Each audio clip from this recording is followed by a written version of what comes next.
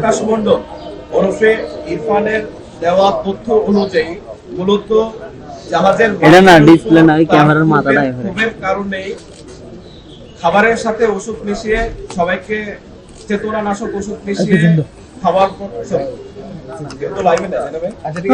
আবার দিতে চাচ্ছেন? হ্যাঁ, রেডি? গ্রেফতারকৃত আকাশ মণ্ডল ওরফে ইরফানের দেওয়া তথ্য অনুযায়ী মূলত জাহাজের মাস্টারের উপর ক্ষোভের কারণে তার উদ্দেশ্য ছিল জাহাজের মাস্টারকে হত্যা করা এবং এই হত্যাকাণ্ড সংঘটিত করার পর যখন সে বুঝতে পারে অন্যান্য যে ক্রুরা আছে তারা সে পালিয়ে গেলে তার সম্পর্কে তথ্য দিয়ে দিবে, তাই আইন শৃঙ্খলা রক্ষাকারী বাহিনীর হাত থেকে রক্ষা পাওয়ার জন্য সে ক্রমান্বয়ে বাকি সদস্যদেরকে হত্যার চেষ্টা করে। গত 23 ডিসেম্বর 2024 তারিখ চাঁদপুরের হাইমচরে এমডি আল বাখেরা জাহাজে 7জনকে হত্যা ও একজনকে গুরুতর জখমের ঘটনা ঘটে। উক্ত ঘটনা বিভিন্ন প্রিন্ট ইলেকট্রনিক মিডিয়া ও সামাজিক যোগাযোগ মাধ্যমে প্রচারিত হলে তা সারা দেশব্যাপী ব্যাপক চাঞ্চল্য সৃষ্টি করে।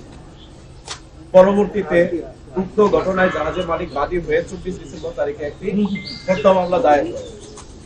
এই হত্যাকাণ্ডে জড়িত ব্যক্তিদের শনাক্ত ও গ্রেফতারে র্যাবের তৎপরতা বৃদ্ধি করা হয়। এরই ধারাবাহিকতায় গত 24 ডিসেম্বর তারিখে বাগেরহাট জেলায় রাতে অভিযান পরিচালনা করে এই নৃশংস হত্যাকাণ্ডে সম্পৃক্ত আকাশ মণ্ডল ওরফে ইরফান নামক একজন ব্যক্তিকে গ্রেফতার করা হয়। গ্রেফতারের সময় গ্রেফতারকৃত আসামির নিকট হতে একটি ব্যাগ, একটি হ্যান্ডগ্রাফ, আসামির 2টি মোবাইল ফোন, ভিকটিমদের 5টি মোবাইল ফোন সহ সর্বমোট 7টি মোবাইল ফোন, চেতনানাশক ওষুধের পাতা এবং নীল রঙের একটি ড্রেস প্যান্ট যেখানে বিভিন্ন জায়গায় রক্ত মাখানো ছিল তা উদ্ধার করা হয়। প্রাথমিক জিজ্ঞাসাবাদে গ্রেফতারকৃত আসামি জানায় সে গত 8 মাস যাবত এই জাহাজে কর্মরত রয়েছে। জাহাজের মাস্টার কর্মচারীদেরকে বেতন ভাতা ও বিভিন্ন সুযোগ সুবিধা প্রদান থেকে বিভিন্ন সময়ে বিরত থাকে এবং সুযোগ সুবিধা প্রদান না করে বিভিন্ন সময়ে নরমাল বিষয়ে তাদেরকে অতিরিক্ত রাগারাগি করে। এই ঘটনায় সম্পৃক্ত আকাশ মণ্ডল ক্ষুব্ধ হয় এবং এই জাহাজে কর্মরত অন্যান্য সদস্যদের সাথে বিষয়টি আলোচনা করে। তবে আসামের দেয়া তথ্য মতে এই জাহাজে কর্মরত অন্যান্য যে কোনো সদস্য যখন কোন রকম তাদের অধিকার নিয়ে কথা বলতে চায় তাদেরকে কোনো ধরনের বিচার বিবেচনা না করেই জাহাজ থেকে বিতাড়িত করা হয়, এমনকি তাদের বেতন ভাতাও প্রদান করা হয় না, যার কারণে জাহাজে কর্মরত অন্যান্য সদস্যরা তার সাথে একমত পোষণ করে এই অন্যায়ের প্রতিবাদ করত না। এমত অবস্থায় গ্রেফতারকৃত আকাশ মণ্ডলের মধ্যে ক্ষোভের সৃষ্টি হয় এবং এই ক্ষোভ থেকেই সে পরিকল্পনা করে তার এই মাস্টারকে উচিত শিক্ষা দেবে। এই পরিকল্পনার অংশ হিসেবে আনুমানিক গত 18 ডিসেম্বর তারিখে তিনি 3টি পাতা ঘুমের ওষুধ ক্রয় করেন এবং নিজের হেফাজতে রেখে দেন। পরবর্তীতে 22 ডিসেম্বর তারিখে যখন এই জাহাজটি চট্টগ্রাম থেকে সিরাজগঞ্জের পথে রওনা হয় এবং চাঁদপুরের হাইমচর এলাকায় পৌঁছানোর পর জাহাজটি হাইমচরে নোঙর করা হয়। নোঙরকালীন সময়ে জাহাজে ভিকটিম যিনি বর্তমানে বেঁচে আছেন জুয়েল এবং এই আসামি আকাশ মণ্ডল ওরফে ইরফান, তারা দুইজন জাগ্রত অবস্থায় ছিল। দুপুরের খাবার খাওয়া শেষ করে যখন এই জাহাজের বাবুর্চি রানা রাতের খাবার রান্না করে, তখন রাতের খাবারের তরকারিতে এই গ্রেফতারকৃত আসামি সে আমাদেরকে জানায় সে নিজে রান্নাঘরে প্রবেশ করে এবং 3 পাতা ঘুমের ওষুধ ওই তরকারির সাথে মিশ্রিত করে। ঘুমের ওষুধ সেবনের ফলে ওষুধের সাথে এই খাবার সেবনের ফলে জাহাজের বাকি যে সদস্যরা ছিল তারা খাবার গ্রহণ করে এবং পরবর্তীতে নিজ নিজ কেবিনে শুয়ে পড়ে।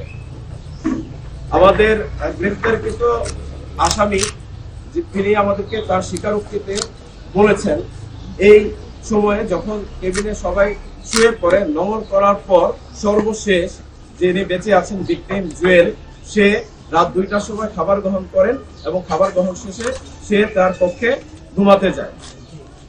এর পরবর্তীতে গ্রেফতারকৃত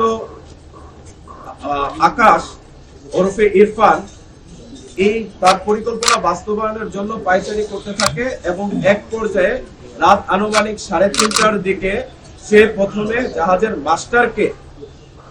মাস্টারকে তার কেবিনের ভিতরে গিয়ে একটি চাইনিজ কুড়াল দিয়ে কুপিয়ে হত্যা করে। তার মূলত ক্ষোভ ছিল জাহাজের মাস্টারের ওপর, বা জাহাজের মাস্টারকে ডেট করার পর তার কাছে মনে হয় যে এই জাহাজের বাকি যে সদস্যরা আছে সে যদি এখন এখান থেকে পলায়ন করে তাহলে বাকি সদস্যদের দেওয়া তথ্য অনুযায়ী তাকে গ্রেফতার করা হবে। আইন শৃঙ্খলা বাহিনীর গ্রেফতার এড়াতে গ্রেফতারকৃত আকাশ ওরফে ইরফান বাকি সদস্যদের ক্রমান্বয়ে কুপিয়ে হত্যা করে। ভোর আনুমানিক 5:30টার দিকে যখন অন্যান্য নোঙর করা জাহাজগুলো তাদের গন্তব্যস্থলে ছেড়ে যায়, তখন এই গ্রেফতারকৃত আকাশ তার এই জাহাজটিকে চালিয়ে যাত্রা করে এবং 1 ঘন্টা জাহাজটিকে চালানোর পর হাইমচরে গিয়ে জাহাজটি আটকা পড়ে। পরবর্তীতে একটি মাঝির নৌকার দ্বারা সে চরে গিয়ে অবস্থান করে এবং সেখান থেকে আত্মগোপনে চলে যাওয়ার উদ্দেশ্যে বাগেরহাটে গমন করে।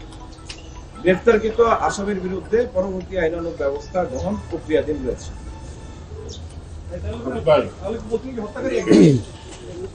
এখন পর্যন্ত আমাদের তদন্তে আমরা একজনকে পেয়েছি, অধিকতর তদন্তে হয়তো বা আরো কিছু পাওয়া যেতে পারে। আহত জুয়েল কিভাবে আহত হলো? জুয়েল কি কিভাবে আহত করা হলো?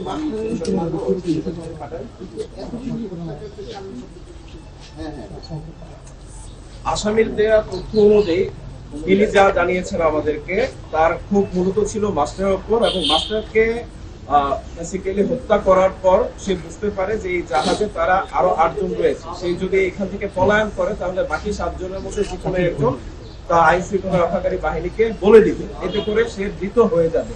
এই উদ্দেশ্যে বাকি 7 জনকে সে ক্রমান্বয়ে হত্যা করে এবং সে মনে করে বাকি 7 জনও মারা গিয়েছে। এই জাহাজে সর্বমোট কতজন লোক ছিল? জাহাজের সর্বমোট 9 জন লোক ছিল। 9 জন মারা গেছে। জুয়েলের অবস্থা কেমন এবং জুয়েল কিভাবে আহত হলো? জুয়েল কি বেঁচে আছে? জুয়েল বর্তমানে বেঁচে আছে, চিকিৎসাধীন আছে, তার অবস্থা ক্রমান্বয়ে উন্নতি করছে। তাকেও কি ওই আপনার ওখানে আহত করতে হলো? তাকেও ওইখানে আহত করা হয়েছে এবং ওই চাইনিজ কুড়াল দিয়ে আঘাত করা হয়েছে। দুবাই যা করতে চলতেছে ঘটনার সাথে আমরা এখন